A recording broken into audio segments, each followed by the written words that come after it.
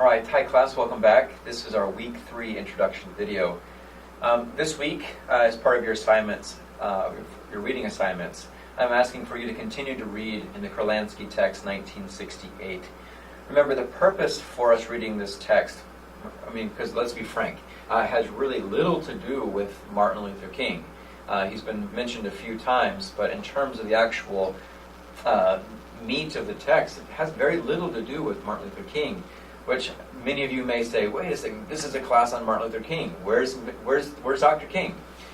The purpose for us engaging in this is, again, to get a historical overview. Imagine this like a big umbrella of the year 1968. Again, I know many of us were not alive at that time. We rely heavily upon historical records, videos, pictures, sound recordings, and of course books.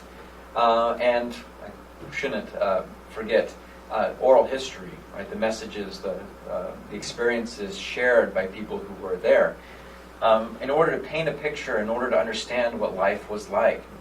Now, much of what Kurlansky is talking about are the specific events, the people, nationally and internationally, the concerns that people had that really shaped this era, that defined the conversations that people had.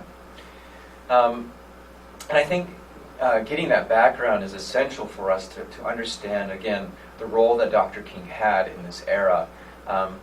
So we will continue with that. You have a discussion board forum that is due. Your comments are due on Wednesday, and then reflection upon the comments made by your classmates are due on Sunday. For the most part, I was pleased with the discussion board forum from last week. You guys, again, many of you are seniors. You've been around. You've seen this done many times. And so I appreciate your professionalism and your skill at engaging with the critical topics, arguments that each other are making. This week there will also be a short writing assignment for you to consider. Furthermore, this week I'll have a second video for you, more or less a lecture video of me discussing the pros and cons of oral history.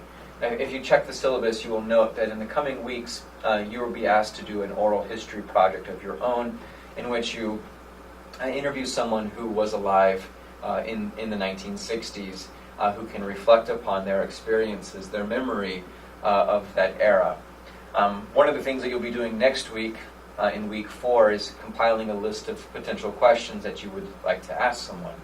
And many of those questions may derive from this Kurlansky book, and from the observations that he makes.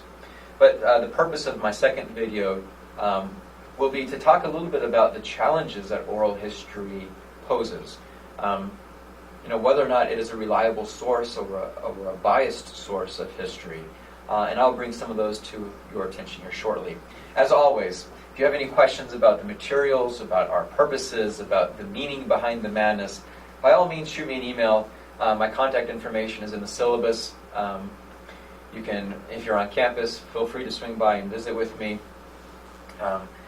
Again, I want to make sure that I'm available for you to answer any questions that you might have. All right, that's it for this introduction video. Good luck this week in the assignments, and we'll speak with you shortly. Bye.